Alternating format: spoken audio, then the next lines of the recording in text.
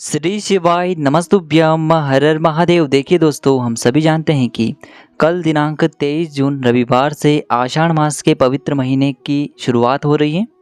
और पूज्य गुरुदेव ने बताया है कि अगर आपका कोई भी कार्य अटका हुआ है, अगर आपके किसी भी कार्य में आपको सफलता नहीं मिल पा रही हो, चाहे वो कार्य आपकी नौकरी से संबंधित हो या फिर आपके व्यापार से संबंधित हो या फिर आपके विवाह से संबंधित हो या फिर आपके मकान, घर, संपत्ति, जायदाद इन सब से संबंधित हो, और या फिर आपके घर में धन की प्राप्ति नहीं हो पा रही है, यानी कि दरिद्रता आपके घर में लगातार निवास कर रही है, या फिर आपका ऐसा कोई भी कार्य है जिसमें आप पूरा प्रयास कर रहे हैं, पूरी मेहनत कर रहे हैं, लेकिन उसमें आप सफल नहीं हो पा रहे हैं, तो आपको यह विशेष उपाय अवश्य करना चाहिए। देखिए, गुरुजी ने कहा है कि अगर आप इस उपाय को महादेव के सामने पूरे भाव से करते हैं तो यकीन मानिए आपके हर कार्य में आपको निश्चित ही सफलता की प्राप्ति होगी। तो चलिए दोस्तों, जानते हैं इस विशेष उपाय के बारे में, लेकिन उससे पहले पूज्य गुरुदेव की ही कथा को सुन करके और समझ करके ही आपको समझाने का पूरा प्रयास करेंगे। लेकिन उससे पहले वीडियो को लाइक करें, चैनल को सब्सक्राइब करें और कमेंट में श्री शिवाय नमस्तुभ्यम या फिर ओम नमः शिवाय जरूर लिखें। देखिए, पूज्य गुरुदेव ने कहा है कि शहद के द्वारा किया गया यह उपाय न सिर्फ महादेव को बल्कि माता पार्वती को भी अति शीघ्रता से प्रसन्न करता है। गुरुजी ने बताया है कि हमारे पास बहुत से ऐसे पत्र आते हैं जो इस उपाय से संबंधित होते हैं। बहुत से बच्चे महीनों से और सालों से अपनी नौकरी की तैयारी करते हैं, या फिर बहुत से बच्चे ऐसे होते हैं जिनका विवाह समय पर नहीं हो पा रहा है, या फिर वह अपने व्यापार के लिए कड़ी मेहनत कर रहे हैं, बहुत अधिक प्रयास कर रहे हैं, बहुत सारा धन उसमें लगा चुके हैं, लेकिन फिर भी आपको उसमें सफलता नहीं मिल पा रही है। आप अपनी नौकरी प्राप्त नहीं कर पा रहे हैं, व्यापार को आगे नहीं बढ़ा पा रहे हैं, आप धन संपत्ति माता लक्ष्मी को प्राप्त नहीं कर पा रहे हैं, जिसकी वजह से आपके घर में सुख शांति नहीं है, तो फिर आपको यह चमत्कारिक उपाय अवश्य करना है। देखिए, इस वीडियो में हम पूज्य गुरुदेव द्वारा बताए गए दो बहुत ही खास उपाय जानने वाले हैं। इन दोनों ही उपाय में से आपके लिए जो भी उपाय सरल हैं, उचित हैं, उसे आप कर सकते हैं। तो चलिए बात करते हैं सबसे पहले खास उपाय के बारे में। देखिए, इस उपाय के लिए आपको मात्र शहद की आवश्यकता पड़ेगी। आपको थोड़ा सा शुद्ध शहद लेना है। आप आधा चम्मच या फिर 1 चम्मच, जितना भी आपके पास शहद उपलब्ध हो जाता है उतना आपको शहद लेना है। इसके बाद आपको चावल के दाने लेने हैं, यानी कि आपको अक्षत के दाने लेने हैं। आपको 11 चावल के दाने लेने हैं। गुरुजी ने कहा है कि आप 108 चावल के दाने भी ले सकते हैं, लेकिन चावल के दानों को लेते समय ध्यान रखना है कि चावल के दाने कहीं से भी टूटे हुए, खंडित नहीं होने चाहिए। पूर्ण अक्षत ही आपको लेने हैं। अब देखिए, इसी के साथ में आपको मात्र 1 लोटा स्टील के पात्र के अंदर शुद्ध जल लेना है। तो देखिए, जल आपको विशेषकर तांबे के पात्र में नहीं लेना है, स्टील के पात्र में ही आपको ये जल लेना है। और विशेषकर यह जो जल है आपको अपने किचन से ही लेना है।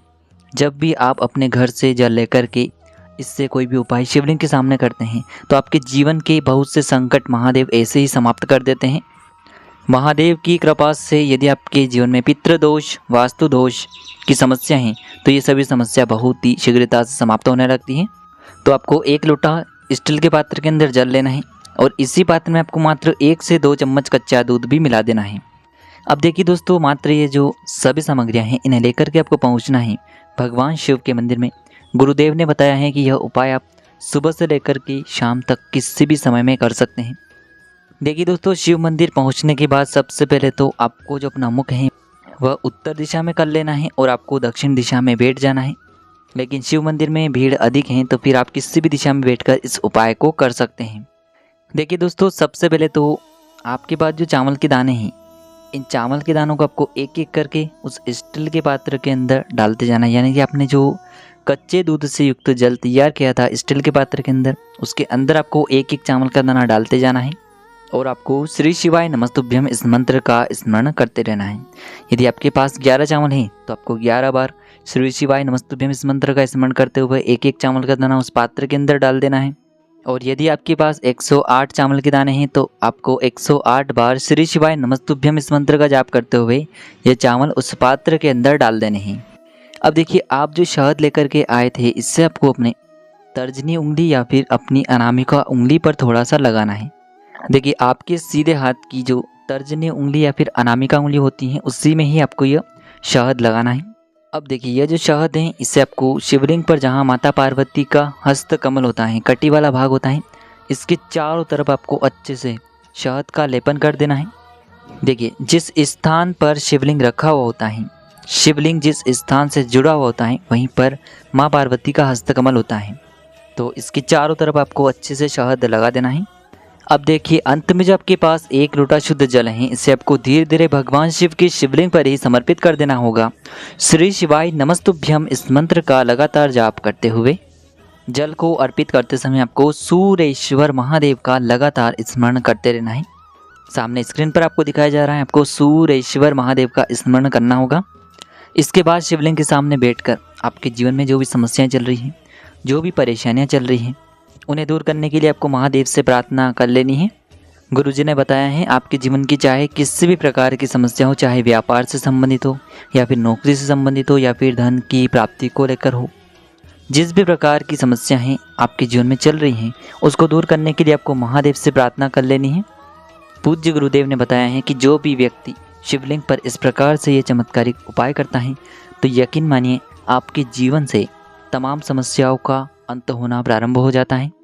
केवल आपको ध्यान रखना है कि आपको पूरे भक्ति भाव से शिवलिंग के सामने यह उपाय करना है। चलिए दोस्तों जानते हैं गुरुदेव द्वारा बताए गए दूसरे खास और चमत्कारिक उपाय के बारे में। इस उपाय को करने के लिए सबसे पहले तो आपको मात्र एक प्यारी सी बेलपत्र लेनी है। बेलपत्र को लेते समय ध्यान रखिए कि कहीं से भी कटी फटी खंडित नहीं होनी चाहिए।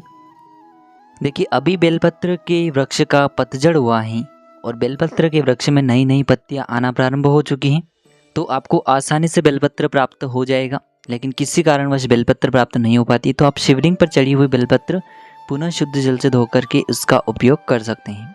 तो देखिए सबसे पहले तो आपके पास जो बेलपत्र है इसकी तीनों ही पत्तियों में से किसी भी एक पत्ती पर आपको या तो थोड़ा सा शहद लगा देना है, या फिर आपको थोड़ा सा पीला चंदन लगा देना है, या फिर आपको सफ़ेद चंदन लगा देना है, या फिर आपको थोड़ा सा घी लगा देना है। यानी कि आपको बेलपत्र की किसी एक पत्ती पर इन चारों ही सामग्रियों में से केवल एक सामग्री लगा देनी है।